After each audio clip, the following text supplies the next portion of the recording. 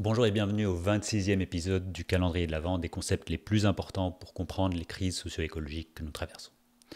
Ça y est, c'est le dernier épisode, on est enfin arrivé au bout de ce calendrier. Je dois avouer qu'en me lançant dans cette aventure, je ne mesurais pas vraiment le travail que cela demanderait. Beaucoup de personnes m'ont demandé si j'avais déjà tout enregistré en avance et si tout était déjà programmé. Mais évidemment que non, ce serait trop beau pour être vrai. Non, tous les jours je devais écrire, filmer, monter, publier, et puis il fallait trouver le mot de la journée d'après. C'était vraiment un stress, et je voulais vous remercier pour tous les messages tout au long de ce calendrier, vos encouragements durant la série, mais aussi vos soutiens, que ce soit sur cette newsletter, sur la chaîne YouTube, mais aussi via Tipeee.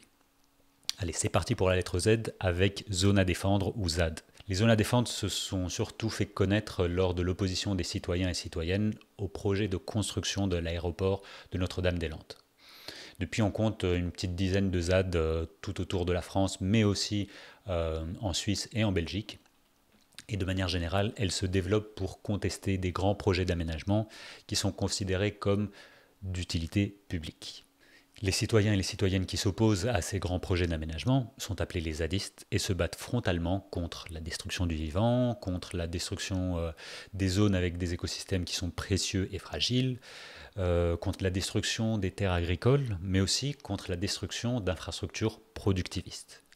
Il s'agit de luttes environnementales, citoyennes et locales qui contestent ces fameux grands projets d'aménagement au nom du droit des populations locales à décider un peu de l'avenir de leur propre territoire.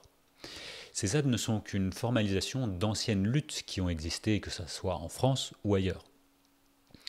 En France, l'exemple ancien le plus connu est peut-être la lutte du Larzac, qui a duré environ 10 ans, de 1971 à 1981, contre la lutte d'un camp militaire sur des terres agricoles.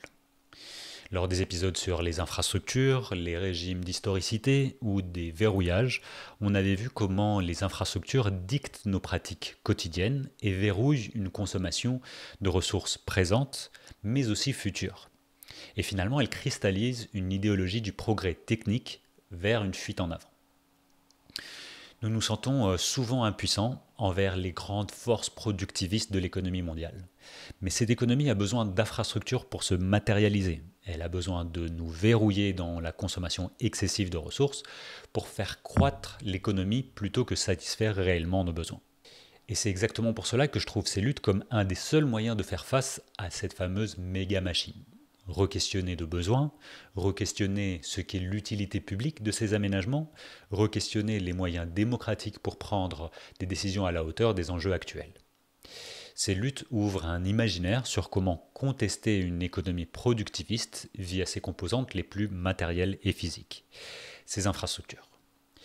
Voici la fin de cette série. J'espère que cet exercice vous a plu. N'hésitez pas à me dire quelle lettre vous avez préférée. Et on se dit à l'année prochaine pour de nouvelles aventures. Et je l'espère pour vous annoncer la publication de mon livre.